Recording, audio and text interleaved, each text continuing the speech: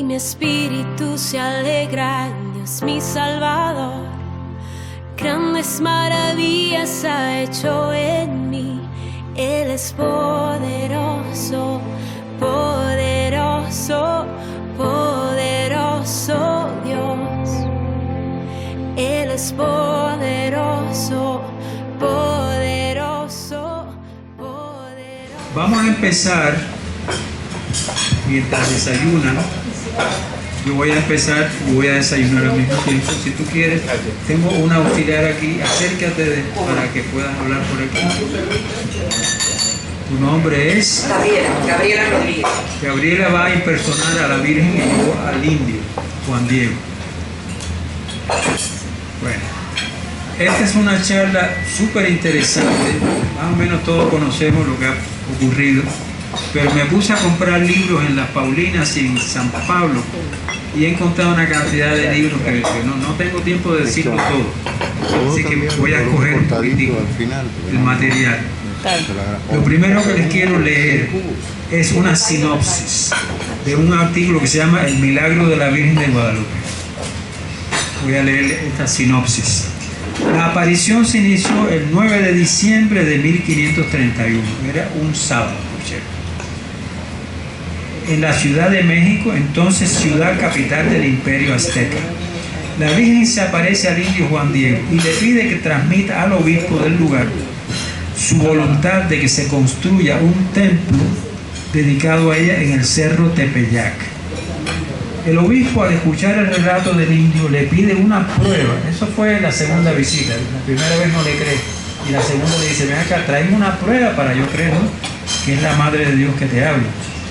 Y entonces la prueba fue que la Virgen le dio unas flores al indio en un cerro donde no crecen flores, inhóspito y semidesértico, y se las hace recoger en su tilma, el poncho, a Juan Diego. Luego le pide se las presente como prueba de su presencia de la Virgen al obispo. Cuando el indio abre su tilma, bueno, esto es muy resumiendo, ¿no?, porque eso ocurrió en la cuarta visita al obispo, pero bueno, hay un momento que cuando el indio abre su tilma frente al obispo, las caen las flores al piso y aparece milagrosamente retardada la imagen de la Virgen María en la rústica tela. Eso es lo que ocurrió. El templo dedicado a la Virgen de Guadalupe fue construido en el cerro Tepeyac, lugar de las apariciones, donde se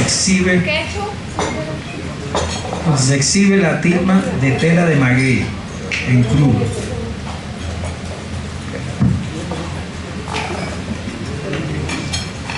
Impresa con la mundialmente conocida imagen de la Virgen de Guadalupe. Oigan esto: Pío X proclamó a Nuestra Señora de Guadalupe patrona de toda América Latina. Pío XI de todas las Américas. Pío XII la llamó emperatriz de las Américas y Juan XXIII la misionera celeste del Nuevo Mundo y la Madre de las Américas. En la maravillosa Gran Basílica de Guadalupe, Juan Pablo II, en sus 4 visitas, nos beatificó al indio Juan Diego el 6 de mayo de 1990, ayer, como quien dice. Además, en sus 4 visitas a México, Juan Pablo II visitó el Tepeyac y honró con profundo amor filial a la Virgen de Guadalupe, a quien encomendó el continente americano y su nueva evangelización. Bueno, eso es una sinopsis que refleja la importancia que los papas le han dado a todo esto, ¿no? Y sobre todo Juan Pablo II, que hizo la canonización, la beatificación de Juan Diego en 1990, como leímos. Entonces, voy a brincar a un pequeño escrito que hice para esta ocasión. Después viene eso. Sí. El escrito dice: este 12 de diciembre se cumplen 492 años de las apariciones de la Virgen de Guadalupe a San Juan Diego en el cerro, dicen San Juan, no sé, en el cerro del Tepeyac. Se trata de un hecho histórico, religioso y cultural que acompaña prácticamente toda la historia de nuestro país. Bueno, está hablando mexicano, ¿no?, cuando dice nuestro país. Al surgir 10 años después de la caída de México Tenochtitlán, cuando los españoles ganaron la guerra de liberación en 1521, que fue aquello horrible porque acabó con los indios, todos los destruyeron. Durante los casi 5 siglos que preceden, La tilma en que se estampó la imagen de la Virgen Morena no deja de llamar la atención, que precede, la atención por contener hallazgos increíbles. Bueno, sorprende tanto a las personas de fe que dan por hecho la existencia de la morenita del Tepeyac, como a quienes han encontrado resultados asombrosos en sus ojos, en su manto, en las flores, desde la perspectiva de la astronomía, la oftalmología, la matemática y la química. Para 1751, siglo XVIII, el maestro pintor Miguel Cabrera emitió un dictamen sobre la tilma guadalupana a petición del Cabildo del Santuario Mariano. En su conclusión dictaminó: la imagen estaba realizada en 4 técnicas jamás practicadas por nadie sobre una superficie y mucho menos sobre la tela tan burda como un ayate, óleo, dorado, aguazo y labrado al templo, según se comenta en la mediática del Instituto Nacional de Antropología e Historia. El rector de la Basílica de Guadalupe, Salvador Martínez Ávila, relata que la tilma sorprendió cuando en 1921 le estalló una bomba de dinamita y no pasó nada. Ese fue uno de esos come candelas, ¿no?, que puso un florero simulando que estaba poniendo flores y era una bomba. 1921 acabó con todo, con los cristales. A la tilma no le pasó nada. Incluso un crucifijo de bronce que había cerca se dobló, pero a la tilma no le pasó nada. Asimismo, la ciencia de la oftalmología ha aportado desde el siglo pasado, siglo XX, grandes revelaciones acerca de los reflejos de los ojos de la Virgen. Esto es una de las cosas más interesantes. Desde el instrumental más básico hasta la tecnología más potente han coincidido en que los ojos, ambos ojos, se observan 13 personas. En un lugar dicen 12 en un ojo y 13 en el otro. 2 de ellas muy parecidas a Juan Diego y al primer obispo de México, Fray Juan de Zumárraga, vasco por cierto, según constató una prueba de 2 años, de años recientes, en la que se ampliaron los ojos de la Virgen 2500 veces. Hello. ¿Quién tiene un teléfono por ahí? Apagarlo, por favor. Bueno, así que se ven imágenes, eso lo sabemos, en los ojos de la Virgen. Desde el instrumental más básico hasta la tecnología más potente han coincidido en que ambos ojos se observan 13 personas en una y 12 en el otro.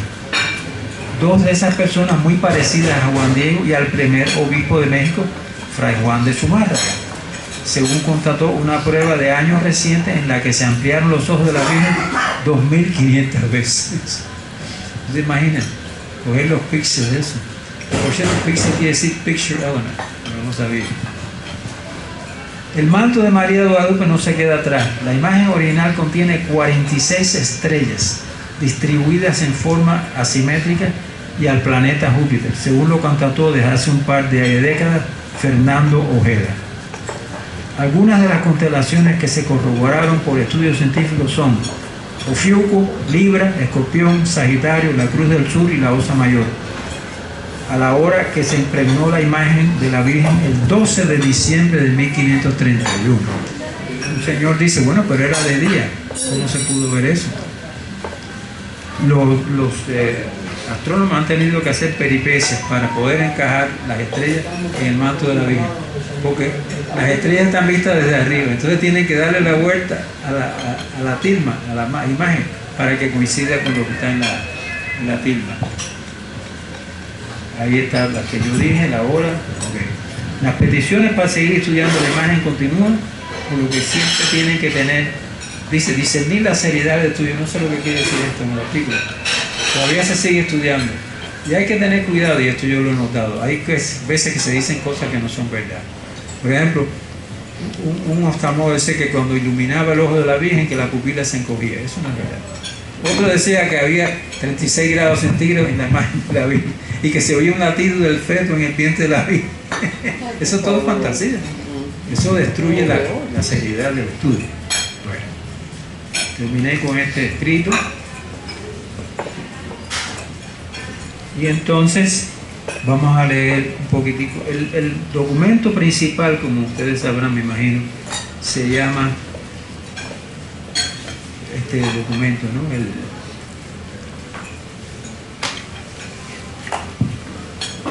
es este. Nuestra Señora de Guadalupe, el Nicam Mopoyá. Nicam Mopo. Ahí está. Nicam Mopoyá. Este fue escrito a los 20 años de la aparición por un fabuloso escritor indio, pero que sabía español y latín. Está escrito de una manera exquisita.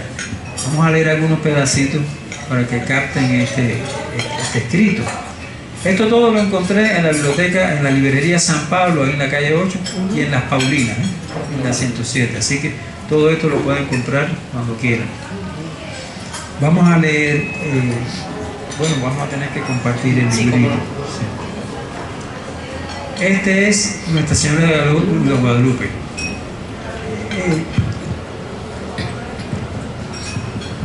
Acuérdense que los españoles acababan de acabar, para que la redundancia, con los indios en 1591. Fue la batalla que acabó con los indios. Los indios estaban completamente destruidos, todo lo perdieron, los ídolos, los templos, y entonces en ese estado de ánimo fue que la Virgen se le aparece en el cerrillo del Tepeyac, diciéndole: Juanito, Juan Dieguito. Aquí explican cómo lo dijo en náhuatl: Juan Sin, Juan Diego Sin. Bueno, cuando llegó a la cumbre del cerrillo, cuando lo vio Juan, que fue a ver quién lo llamaba, vio una doncella que estaba de pie. Ella lo llamó para que se acercara, y Juan Diego no tuvo ningún miedo ni nada. Aquí ponen unos datos de Juan Diego, que nació en 1474, que murió en 1548, bla, bla, en una ciudad, Huahualotaxin, difícil de pronunciar. Entonces, bueno, en 1531, después de la guerra con los españoles, ya ese lugar no significaba nada para los indios. Y está buscando Juan Diego, dice Histerio, un nuevo sentido de su existencia a través de la nueva fe, porque él se convirtió al catolicismo. Se bautizó como Juan Diego, con los franciscanos que estaban ahí. Juan Diego buscó un nuevo sentido a su existencia, la nueva fe que los franciscanos ofrecen en la iglesia de Tlatelolco. Los franciscanos habían hecho un notable esfuerzo de aproximación al mundo indígena, a su lengua y a su costumbre, pero resultaba muy difícil que una nueva religión que no fuese captada como algo intrínsecamente unido. Era imposible de convencer a los indios de que la religión católica era buena, la cristiana, con tantos desmanes, con tantos crímenes, la guerra, y hasta los españoles se mataban unos a otros. O sea, si aquello fue muy malo para la evangelización. Entonces, Juan Diego, de todos modos, como otros indígenas, sí había aceptado entrar por el camino de la nueva fe. Él se convirtió con el nombre de Juan. Los días en que iba a la misión de Tlatelolco para recibir instrucción cristiana, tenía que pasar junto a uno de los lugares significativos de la religión azteca, el Cerro del Tepeyac. Era ya conocido por los aztecas, porque había una diosa que ellos reverenciaban ahí, Tonantzin.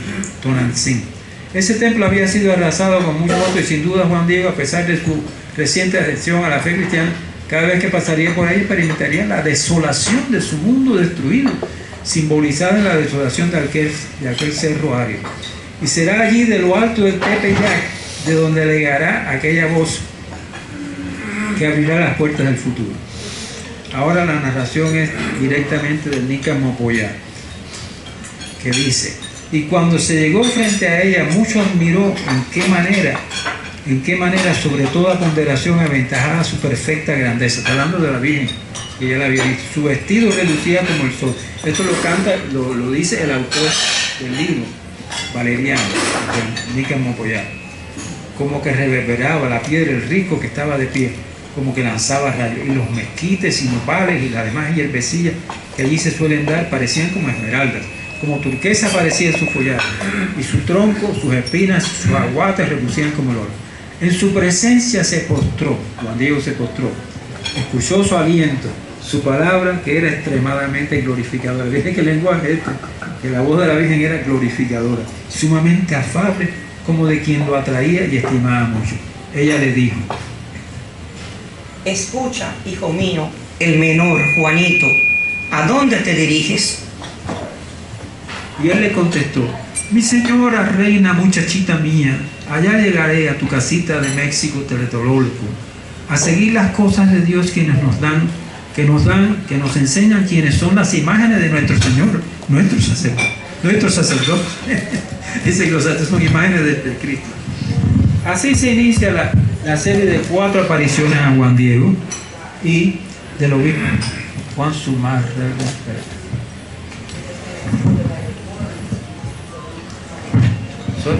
Fueron 4. 4 a Juan Diego y una quinta a su tío Juan Bernardino. Las 2 primeras el sábado 9 de diciembre, la tercera el domingo 10 y la cuarta el martes 12. También el martes fue la quinta aparición a Juan Bernardino, que era el tío que estaba enfermo. Bueno, María se hace india, dice el siguiente capítulo. Impresiona la manera como desarrolla el relato. Todo en él indica felicidad, ternura, proximidad. Aquel representante de una civilización destruida, y en uno de los lugares simbólicos de la destrucción se le ofrece la posibilidad de la alegría y el renacer, la belleza de la música. Sí, porque él oyó un canto de pájaro fabuloso, de una naturaleza renovada.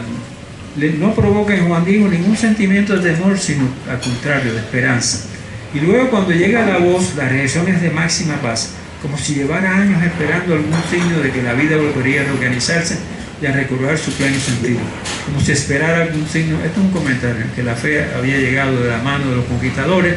Podía ser efectivamente una fe propia del pueblo sometido, del pueblo que había visto a morir a sus dioses y no sabía en qué punto de referencia ahora iba a vivir.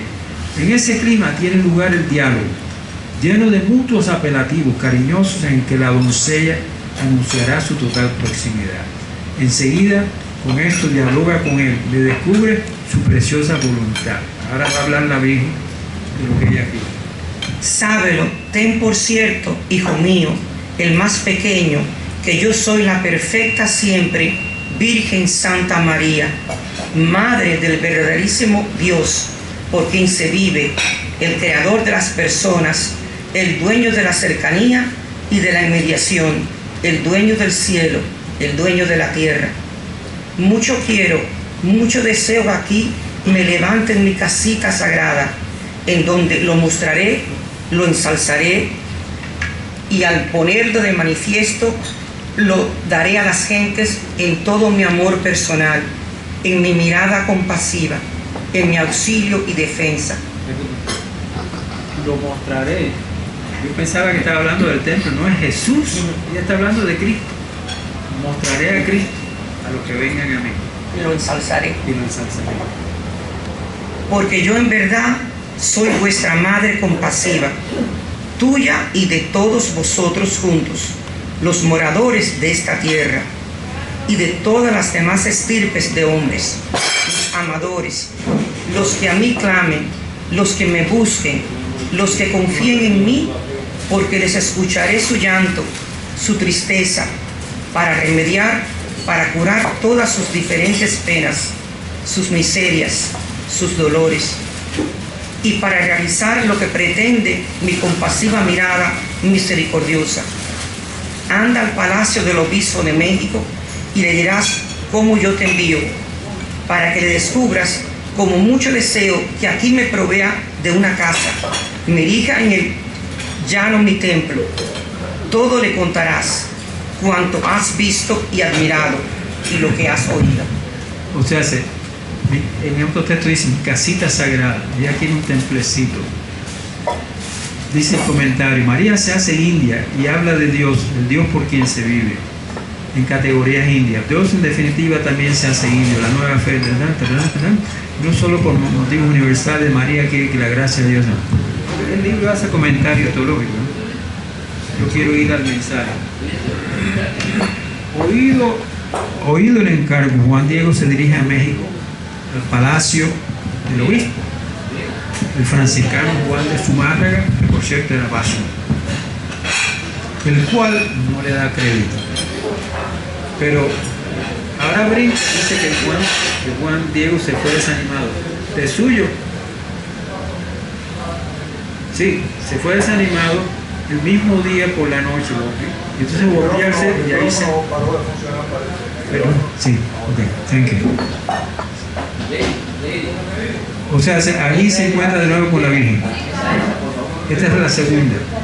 Y cuando la vio, ante ella se postró, se arrojó por tierra, le dijo: patroncita, señora, reina, hija mía la más pequeña, mi muchachita, ya fui a donde me mandaste a cumplir el amable aliento, tu amable palabra, aunque difícilmente entré a donde el lugar del gobernante sacerdote.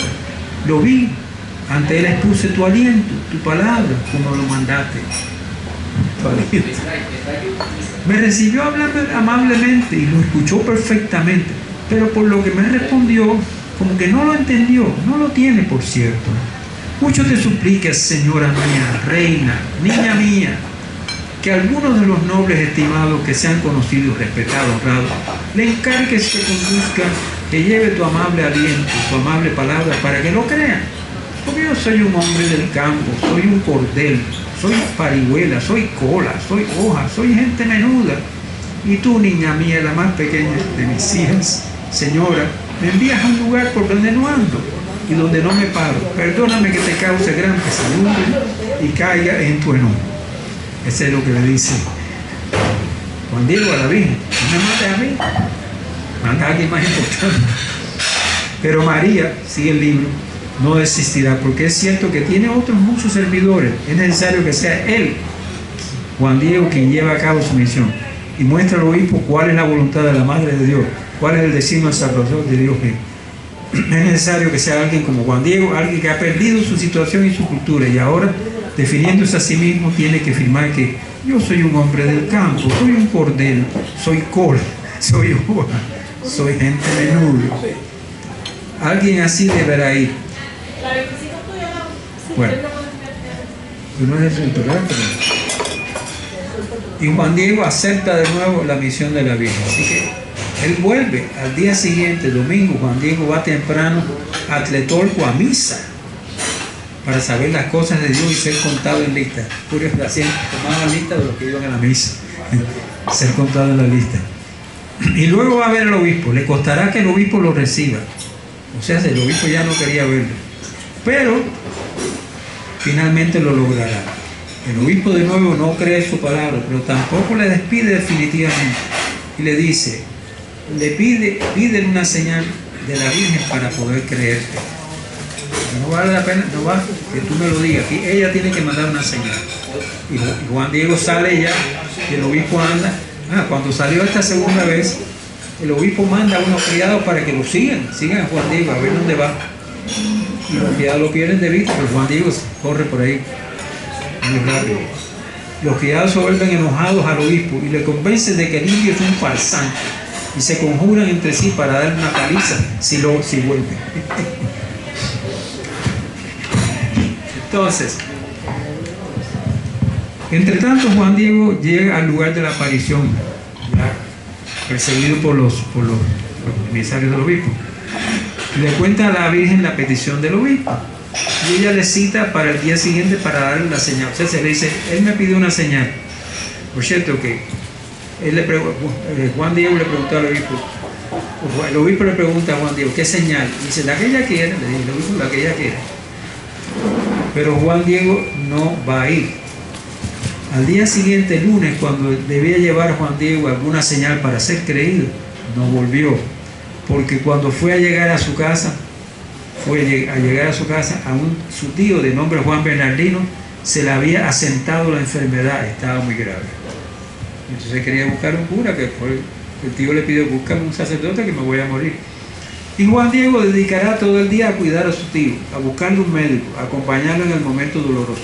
Juan Diego parece haber olvidado absolutamente la cita con la señora, pero él es prioritario, para él es prioritaria la vida según se produce, la realidad cotidiana en la que hay que hacer frente. Esto es una moraleja del autor, el cariño y la atención que hay que dispensar aquí en la universidad, una sugestiva y educativa inflexión de relatos sin duda.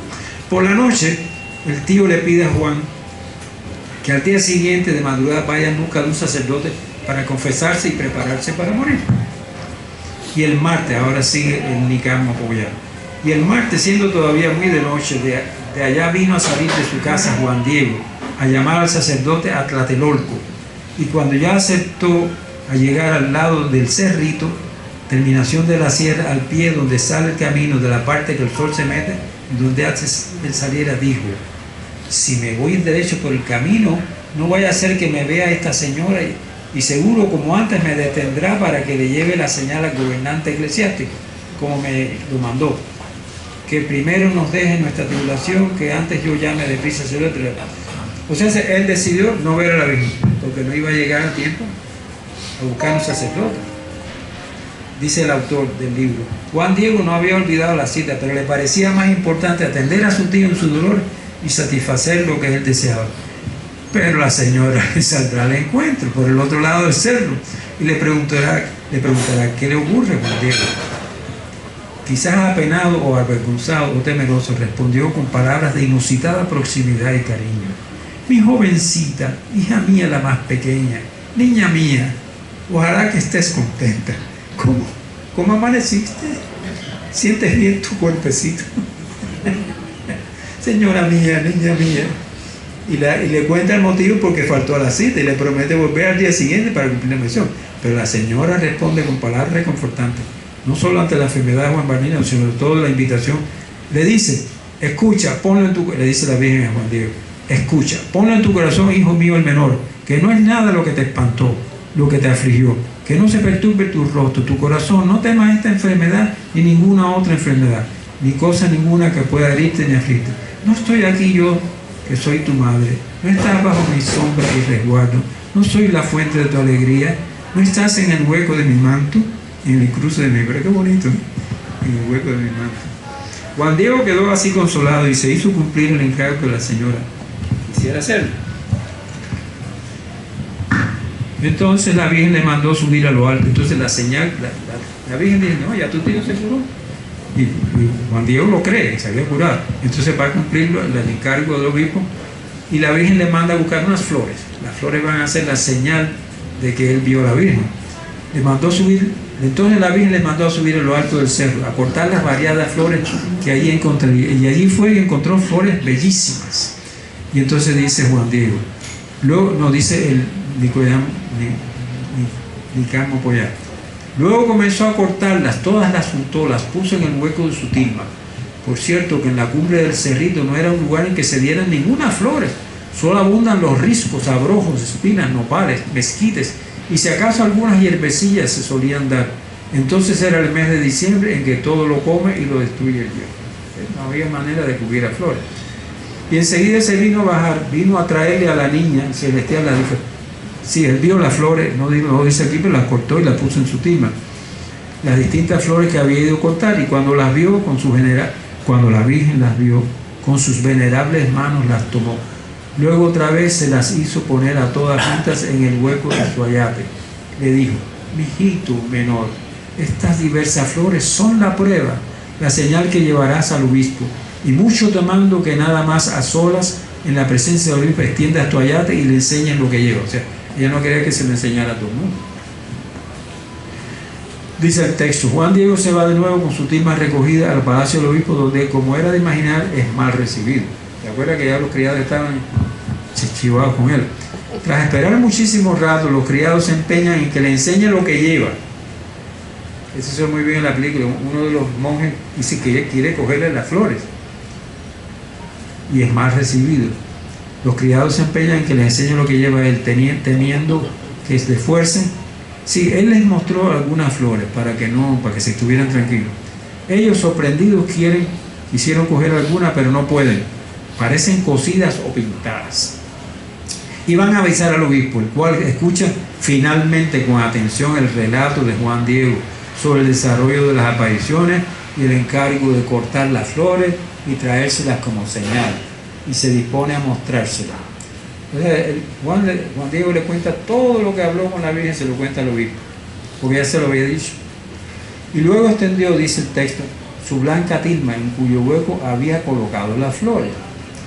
Y así como cayeron del suelo, al suelo todas las variadas flores preciosas, luego allí se convirtió en señal, se apareció de repente la amada imagen de la perfecta Virgen Santa María, Madre de Dios, en la forma y figura en que ahora está, en donde ahora es conservada, en su amada casita, en su sagrada casita en el Tepeyac, que se llama Guadalupe. Dice que ya está guardada ahí la imagen. Guardada, pero no con vidrio ni nada, muy a la intemperie. La tilma guayate es el manto, esto dice el texto, que los indios llevaban atado al cuello y con el que envolvían todo el cuerpo. En ese manto María ha depositado y dispuesto con sus manos las flores que Juan Diego le trajo del cerro, y en ese manto ha quedado dibujada la imagen que ningún hombre de la tierra pintó. Esta frase la dice un autor, Mandilión Aqueiro Poyetón, no hecho por manos humanas, igual que la sábana santa. Es un mandilión, un manto no hecho por manos humanas. Una imagen con profusión de símbolos del mundo indígena, es una cosa increíble. Para el que María se convierte en presencia cercana del Dios que comparte el camino de aquel pueblo desorientado, y un rostro mestizo, bello, de mirada intensa, símbolo de la nueva cultura que está naciendo ya en aquella tierra.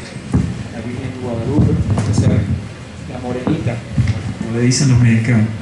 El obispo, cuando ve aquello, se arrodilla y pide perdón por no haber creído antes el mensaje. Coloca la imagen en su oratorio, el obispo la coge, la pone en su oratorio, aloja a Juan Diego en su casa aquella noche. Al día siguiente se va con él a ver el lugar de las apariciones y ordena ya la inmediata elección del templo que la Virgen ha pedido. Después de lo cual Juan Diego le pide permiso porque quiere ir a ver a su tío, al que dejó enfermo y que espera encontrar sano según la Virgen le prometió. Su gran éxito personal como mensajero de la Virgen no le ha hecho olvidar aquella situación de dolor que seguía reclamando su solidaridad. Ya estoy acabando. Allí le acompaña el séquito del obispo y allí Juan Bernardino le cuenta. Ya llegan a la casa de Juan Bernardino, porque Juan Diego vivía con su tío. Él se había casado hacía algún tiempo, pero la esposa murió casi enseguida y no se volvió a casar. Entonces él vivía con su tío, cuidándolo. Y también una aparición y allí Juan Bernardino les cuenta que ha recibido también una aparición de la Virgen que le ha curado y le ha indicado el nombre con el que quiere ser llamada, la perfecta Virgen Santa María de Guadalupe. O sea, el nombre de Guadalupe se lo dio la Virgen a Juan Bernardino, el tío, no se lo dio a Juan Diego. Y absolutamente toda esta ciudad, sin faltar nada, se estremeció cuando vino a ver y admirar su preciosa imagen.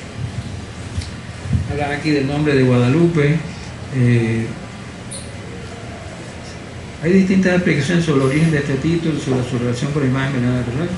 Una vez que María quiso llamarse así para que los conquistadores, en vuelta parte, extremeños de origen, reconocieran y veneraran a la Virgen, que se presentaba con el mismo pueblo.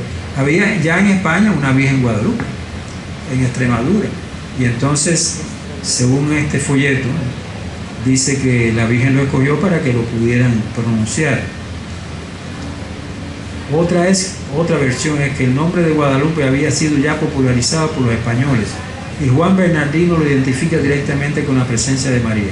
Otra es finalmente que el nombre de María, que el nombre que María dio fue el de Santa María Cuatropeu, o sea, que los indios no entendieron.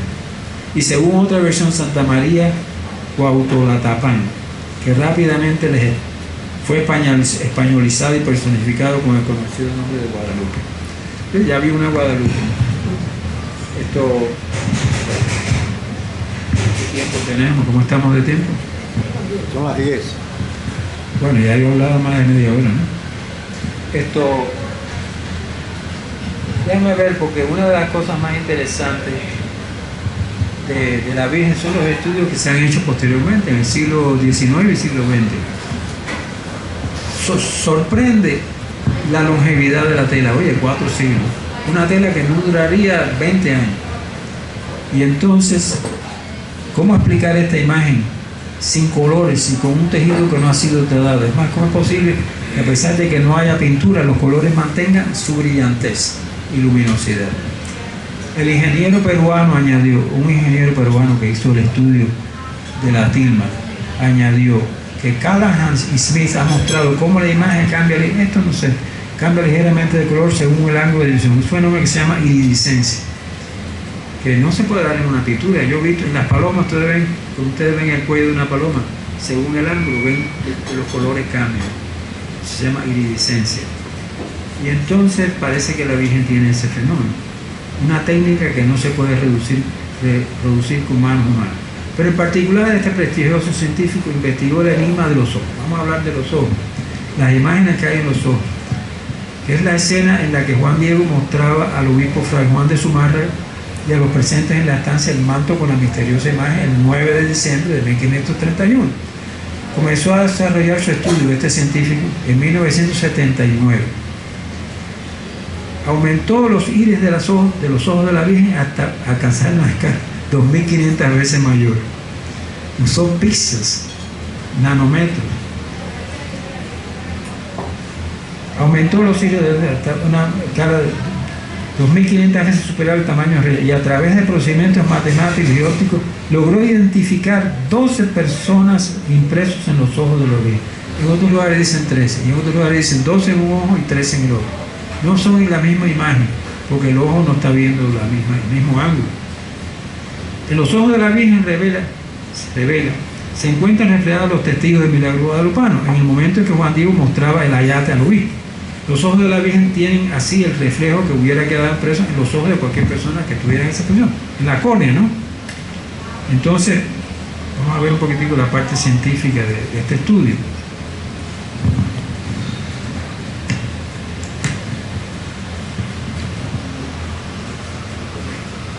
Se puede distinguir un indio sentado que mira hacia lo alto, el perfil de un hombre anciano con la barba blanca y la cabeza con calvicie, que es el retrato de Juan Zumárraga, del obispo. Un hombre más joven, con toda probabilidad el intérprete Juan González, porque ustedes saben que necesitaba un intérprete, el obispo no entendía náhuatl. Un indio con rasgos marcados, con barba y bigote, que abre su propio manto ante el obispo, sin duda Juan Diego. Una mujer de rostro oscuro, una negra. Y después el investigador se enteró que sí, que el obispo tenía una criada negra en su palacio. Un hombre de rasgos españoles que mira pensativo, acariciándose la barba con la mano. En definitiva, en los ojos de la imagen de la Virgen de Guadalupe está impresa una especie de instantánea de lo que sucedió en el momento que tuvo lugar el milagro. Hay una pregunta muy interesante que el mismo investigador se hace. ¿Cómo es que si la Virgen sale en la tilma, cómo es que ella está afuera? ¿Cómo ella todavía está afuera y va a salir adentro? No entiendo. Bueno,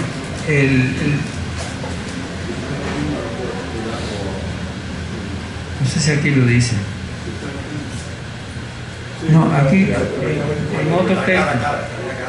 en otro texto, una mujer en el centro de la pupila, además a escala mucho más reducida, se puede ver otra escena totalmente independiente de la primera. Se trata de una familia indígena compuesta por una mujer, un hombre, algunos niños. En el ojo derecho aparecen otras personas de pie de tamaño. Entonces, hasta aquí llega la ciencia. El método, como se ha realizado en algo tan maravilloso, no es posible descifrarlo con método científico, etcétera, etcétera. Entonces el investigador da un porqué. Esto es una cosa un poco traída por los cabellos. ¿Por qué había un retrato de una familia completa en uno de los ojos? Dice, porque el mensaje está reservado para nuestro tiempo. Dice, con la tecnología actual lo podemos descubrir. Y este mensaje es más necesario hoy en día. Este puede ser el caso de la imagen de la familia en el centro del ojo de la Virgen, en una época en que la familia está bajo un serio ataque en nuestro hermano moderno. Se quiere leer ahí un mensaje de la Virgen dilatado en el tiempo, ¿no?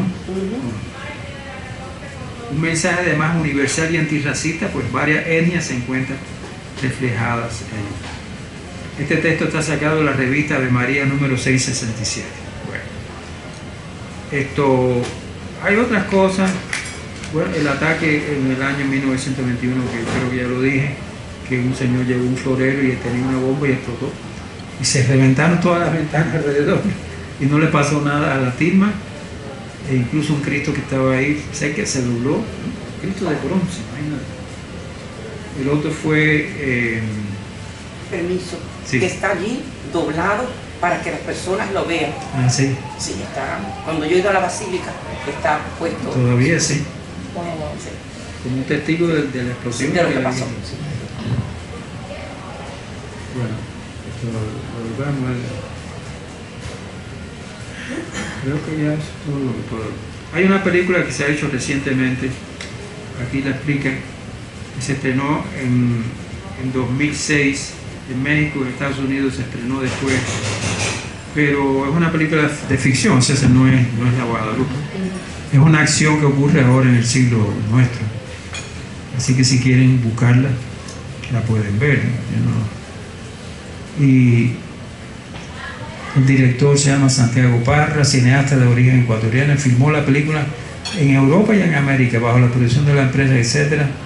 Según declaraciones del propio Parra, la película intenta captar la riqueza del fervor guadalupano de México por un cineasta que viene de afuera y que es capaz de ver más que los mexicanos ven. Alguien de afuera ve más que los mexicanos. Todo el equipo de Santiago Parra fue asesorado por el Instituto Superior de Estudios Guadalupanos ahí en México. La película se estrenó en Estados Unidos el 8 de diciembre del 2006.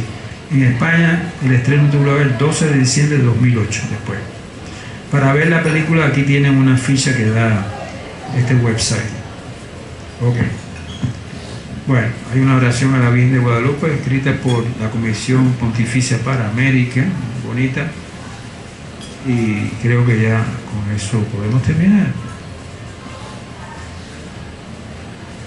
Eso de que la Virgen habla del verdaderísimo Dios por quien se vive, esa expresión me encanta, el verdaderísimo Dios por quien se vive, una cosa increíble. Ok, bueno, termino, vienen las preguntas.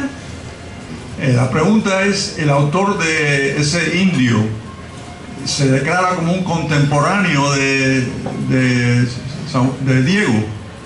El autor del libro que dice que lo escribieron 20 años después de la aparición. Sí, contemporáneo, sí. Él se considera un contemporáneo de... Bueno, 20 años después, contemporáneo. Bueno, pero a lo mejor era un niño de 2 años. Bueno, el anuncio es el siguiente. Yo tuve una experiencia diferente a la de San Diego, ¿no?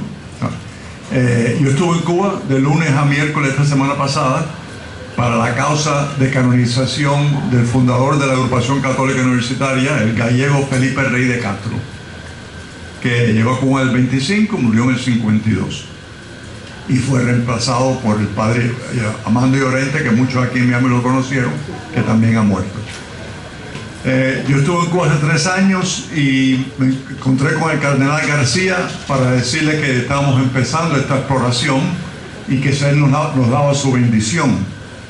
Él fue sumamente cordial y solamente para decir las primeras palabras, las últimas palabras de esa visita, me dijo: aquí todavía se habla de Felipe Rey de Castro.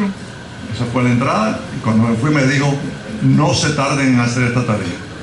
Y entonces vino el COVID, yo no regresé por 2 años y pico. Había que cumplir ciertas tareas, que ya las hemos cumplido, básicamente una biografía, compilación de todos los escritos y lista de testigos.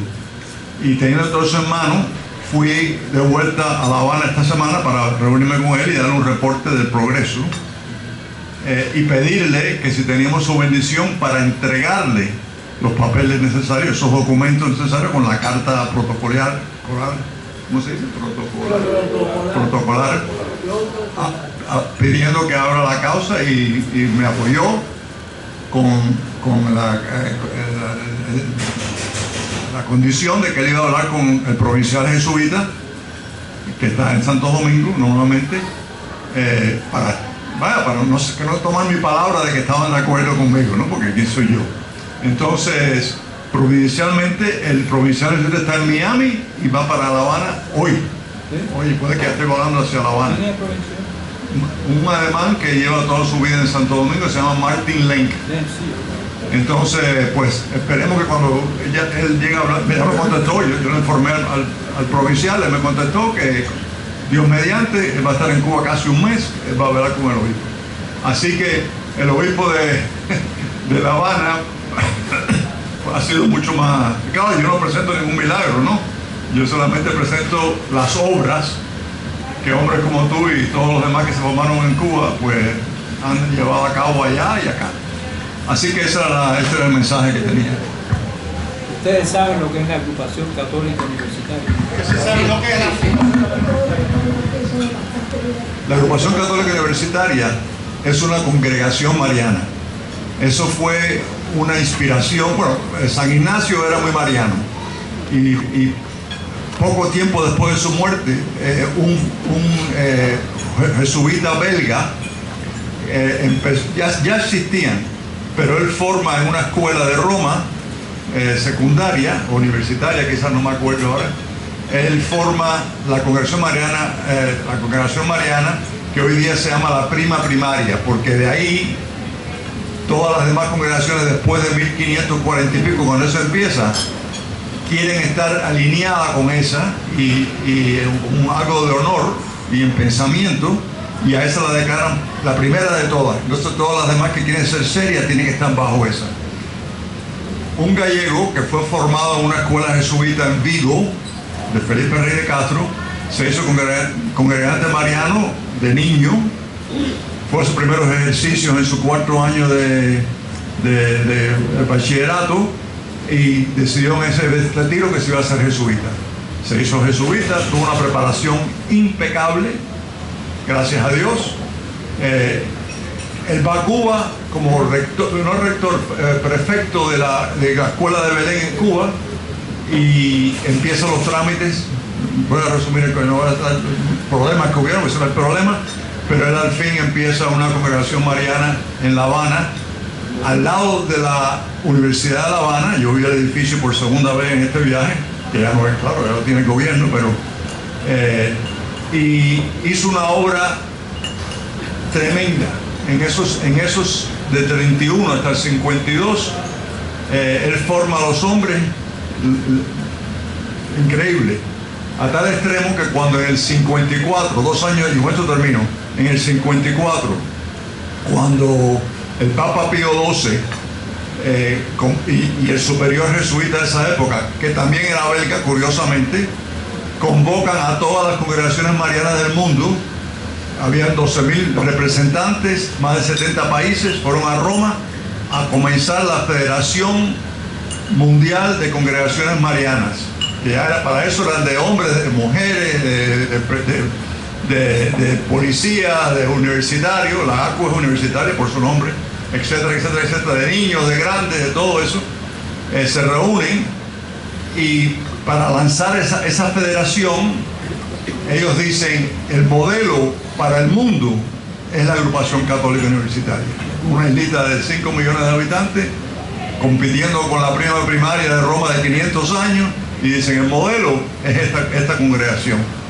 Y para cuñar eso, dice: y el primer presidente por 5 años va a ser el agrupado, que se le llama a los miembros de la agrupación universitaria, José Ignacio Lasaja Travieso, que sirvió por 5 años hasta el 59, después sirvió 5 años más como la directiva de esa congregación mariana, y después nuestros directores jesuitas, para responder al Vaticano II y el ecumenismo del Vaticano II y lo que había pasado con las vocaciones que se habían caído después del Vaticano II, decidieron evolucionarlas hacia comunidad de vida cristiana.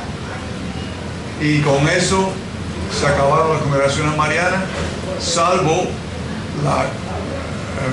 por lo menos las especializadas, como la ACO, profesionales, salvo la ACO, que cumplió 90 años el año pasado, y el padre de Felipe Rey de Castro murió el año pasado, fue 70 años de su muerte, y hizo una peregrinación al cementerio de Colón, pero me sorprendió que él no aparece en la lápida. Entonces eso es otro cuento para otro día. Pero bueno, esperemos que... Y volviendo más atrás, México había sido invadido posiblemente 300, 400 años antes de llegar Hernán Cortés por tribus extranjeras y habían dominado todo el territorio de esos habitantes, en mi palabra, mexicanos o oriundos de México, de ese territorio que yo voy a llamar mexicano. Los aztecas cultivaban el rito del ofrecimiento humano a sus dioses, especialmente las niñas, porque le sacaban el corazón y se lo ofrecían en ciertos momentos o en ciertas etapas a su dios, que tenía un nombre como acaba él de decir. Pero la Virgen María se aparece a un indio. ¿Qué significación más grande? A un habitante natural de ese territorio, porque el cristianismo lo llevaron los españoles y esos indios lo recibieron de los españoles. ¿Qué significación? ¿Qué intensidad?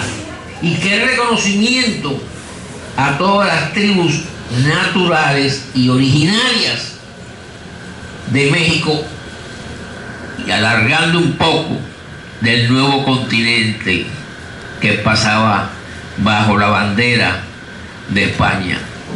Sin la Virgen de Guadalupe hubiera sido totalmente imposible la evangelización de México. En un programa que vi decían que se convirtieron los indios no por miles, por millones. Iban a pedir el bautismo. Una cosa increíble. Entonces, numéricamente, después de la Virgen, todo ocurrió. Fue un suceso, diría. Por eso es que ella sabía lo que estaba haciendo.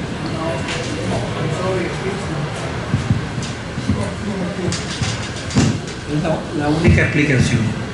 Un indio converso, su tío. En la película que yo vi es muy bonito porque la familia entera de Juan Diego se había convertido. Pero había gente que no se quería convertir, precisamente usaban el argumento que decía, pero ¿cómo estos hombres que nos hablan de Dios y nos matan y nos quitan las cosas y nos quitan las mujeres? O sea, ¿de dónde acá? O sea, se veían la inconsecuencia. Muy bien planteado. Pero hubo que esperar a que viniera la Virgen para que los mismos indios comprendieran cuál era el tesoro que ella llevaba. Las flores que ella llevaba en el manto, todas tienen un significado, una cosa increíble. La simbología. Se dice que la tilma no es un dibujo, es un códice. Tiene toda la simbología que un azteca, nada más que lo veía, ya entendía lo que estaba pasando. Los españoles no lo entendían, había que explicarse. Pero ella una maestra, una catequizadora fabulosa, con dibujos que ellos no tenían lenguaje escrito. Ellos no escribían lenguaje, ellos escribían figuras. Y que la Virgen se adaptó a la cultura de los indios aquellos y escogió a la creminata, Juan Diego y su tío. Interesante. Otra pregunta. No sé si tú mencionas Purkinje Samson. Samson y Ponce, los Purkinje dos. Sí. Fueron los que descubrieron que la imagen en la córnea se triplica. O sea, los nervios, son los nervios de las terminaciones nerviosas de Purkinje, pero ellos han descubierto que en la córnea, en los dos ojos, se triplica la imagen. O sea, hay un fenómeno de refracción que se ve 3 veces la imagen. Y eso se lo notó este señor Tosman, que estudió este problema. La ley de Purkinje Samson. No sé si es el mismo que tú hablas. Purkinje Samson, sí, Purkinje Pero Samson. ciertamente, habrá mucho más misterio. Yo creo que la Virgen nos tiene preparado más sorpresa cuando nosotros aprendamos más tecnología. Pasa un poquitico igual que la sábana santa. La sábana santa, desde tiempo de Cristo, ¿no? ¿Y cuándo cogió relevancia la sábana santa? No fue al principio, ni en el siglo XVI, fue en el siglo XX. Cuando un fotógrafo, Secondo Pia, la sacó y vio que lo que salió no era un positivo, sino un negativo fotográfico. O sea, se invirtió el negro más blanco, blanco. Y eso fue una cosa tremenda. Entonces la sábana santa empezó a ser estudiada científicamente. O sea, que Dios puede esperar pacientemente a que nosotros estemos listos para aprender, incluyendo la ciencia, ¿no? A mí la imagen de la Guadalupe siempre, nunca la había estudiado con tanto detalle, yo sabía por supuesto, pero estas cosas que la ciencia ha ido descubriendo poco a poco, eso de la imagen, ¿sabes lo que es? Aumentar una imagen 2500 veces, convertir un nanómetro en milímetros cuadrados, píxeles, y entonces ahí todo eso puede identificar 12 personas a unos 13 kilómetros de personas que se sabía que estaban ahí, una negra, un criado, un traductor, etcétera, etcétera.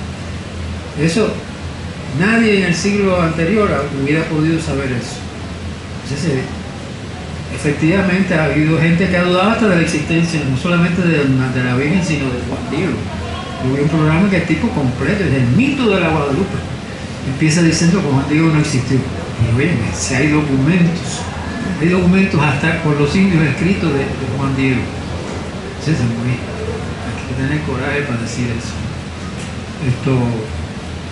Y yo creo que la iglesia es muy cuidadosa cuando canonizar un santo, no es una bobería, ¿eh? Es decir, lo primero que tiene que saber que existió. Y el milagro que hizo que Juan se fuera a reconocer es una cosa increíble. A mí me eriza pensar que un muchacho joven se tiró por el balcón, se quiso suicidar y la madre no lo pudo coger. Y llegó al suelo y se le escachó el cerebro. Y a los 2 o 3 días ya estaba comiendo. Ella invocó a Juan Diego. Entonces, ¿sabe que todo milagro, todo necesita un milagro? Y el milagro, aunque no está claro en los libros cuál fue el milagro que hizo que Juan Diego fuera canonizado, pero yo lo vi en una película. Y entonces ella le rogó a Juan Diego por la salvación de su hijo, un niño que se tira de cabeza en el piso y se le rompe el cráneo. Oye, eso es para morirse. Bueno, vinieron el rescue, todo, lo taparon ya, ha muerto. Y a los 2 o 3 días estaba comiendo. Cosas que pasan así, aún en nuestro tiempo. Estamos en manos de Dios. Solamente tenemos que pedirle, como tú dijiste, que nuestra patria, con Martín a la cabeza, pero sobre todo con el padre Varela, se salve. Yo creo que la palabra se salve es la única que cabe. Porque Martí era muy bueno, muy religioso incluso, cultiva una rosa blanca para el amigo sincero. O sea, ese es el amor cristiano, el amor al que me arranca el corazón, yo todavía lo hago. Eso es una cosa fabulosa de José Martí, que demuestra su cristianismo básico, pero hace falta algo más, hace falta la intervención del cielo, yo creo. Yo no sé cómo vamos a salir de esta pesadilla tan grande que ya yo no pienso en ella. Tengo que confesar, no había día que yo no pensara en Cuba, pero ahora, Dios mío, ¿hasta cuándo? Y allá había un señor que tuvo el atrevimiento y la falta de respeto a la política del régimen, donde se atrevió ese señor a decir que en Miami también hay cubanos, hay muy buenos cubanos y muy buenos patriotas, vaya, en el programa ante la prensa de los invitados selectos del partido, vaya. O sea, sí, que donde quiera que nos movamos, y todo esto indica que el final se aproxima. ¿Cuándo es el final? Yo no lo sé, lamentablemente, vaya.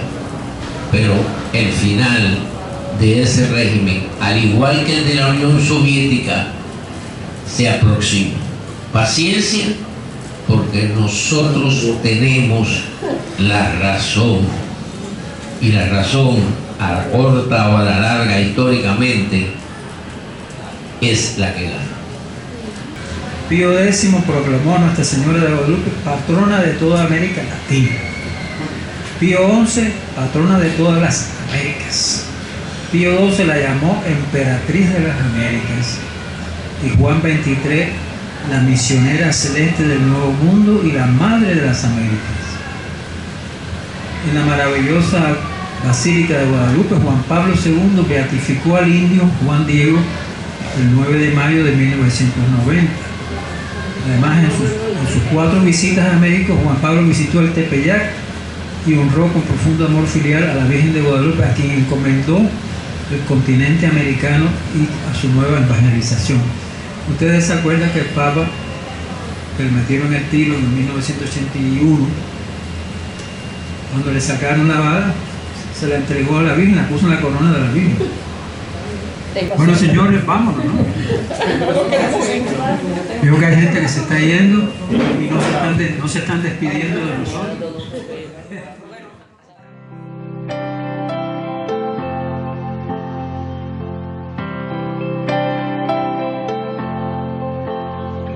Mi alma alaba al Señor y mi espíritu se alegra en Dios mi Salvador. Grandes maravillas ha hecho en mí, Él es poderoso, poderoso, poderoso Dios. Él es poderoso, poderoso.